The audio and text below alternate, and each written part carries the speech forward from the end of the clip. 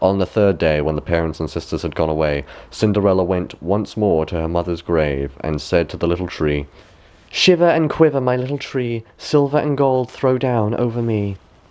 And now the bird threw down to her a dress that was more splendid and magnificent than any she had yet had, and the slippers were golden.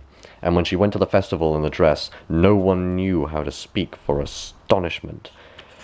The king's son danced with her only, and if anyone else invited her to dance, he said, "This is my partner." When evening came, Cinderella wished to leave, and the king's son was anxious to go with her, but she escaped from him so quickly that he could not follow her. The king's son, however, had employed a ruse, and had caused the whole staircase to be smeared with pitch, and there, when she ran down, had the maiden's left slipper remained stuck. The king's son picked it up, and it was small and dainty, and all golden.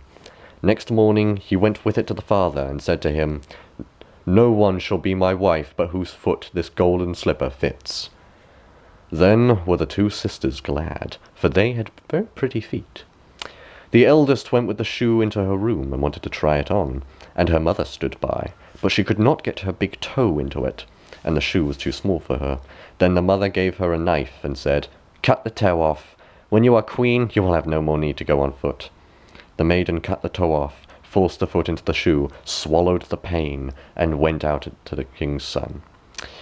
Then he took her on his horse as his bride, and rode away with her. They were obliged, however, to pass the grave, and there on the hazel tree sat the two pigeons, and cried, turn and peep, there's blood within the shoe. The shoe is too small for her, the true bride waits for you." Then he looked at her foot, and saw how the blood was trickling from it. He turned his horse round, and took the false bride home again, and said she was not the true one, and that the other sister was to put the shoe on. This one went into her chamber, and got her toe safely into the shoe, but her heel was too large, so her mother gave her a knife, and said, "Cut a bit off your heel. When you are queen, you will have no more need to go on foot." The maiden cut off a bit of her heel, forced her foot into the shoe, swallowed the pain, and went out to the king's son. He took her on his horse as his bride, and rode away with her.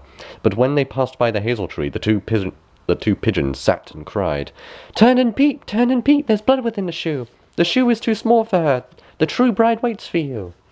He looked down at her foot, and saw how the blood was running out of her shoe, and how it had stained her white stocking quite red. Then he turned his horse, and took the false bride home again. "This also is not the right one," said he. "Have you no other daughter?" "No," said the man. "There is a little stunted kitchen wench which my late wife left behind her, but she cannot possibly be the bride." The king's son said he was to send her up to him, but the mother answered, "Oh no, she is much too dirty. She cannot show herself." But he absolutely insisted on it, and Cinderella had to be called.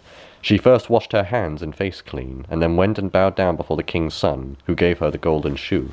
Then she seated herself on a stool, drew her foot out of the heavy wooden shoe, and put it into the slipper, which fitted like a glove. And when she rose up, and the king's son looked her in the face, he recognized the beautiful maiden who he had danced with, and cried, "That is the true bride!" The stepmother and the two sisters were horrified and became pale with rage. He, however, took Cinderella on his horse and rode away with her. As they passed by the hazel tree, the two white doves cried, turn and peep, no blood is in the shoe. The shoe is not too small for her, the true bride rides with you." And when they had cried that, the two came flying down and placed themselves on Cinderella's shoulders, one on the right, the other on the left, and remained sitting there. When the wedding with the king's son was to be celebrated, the two false sisters came and wanted to get in favour with Cinderella, and share in her good fortune. When the betrothed couple went to the church, the elder was at the right side and the younger at the left. The pigeons pecked out the eyes from each of them. Afterwards, as they came back, the elder was at the left, and the younger at the right. Then the pigeons pecked out the other eye from each, and thus, for their wickedness and falsehood, they were punished with blindness for all their days.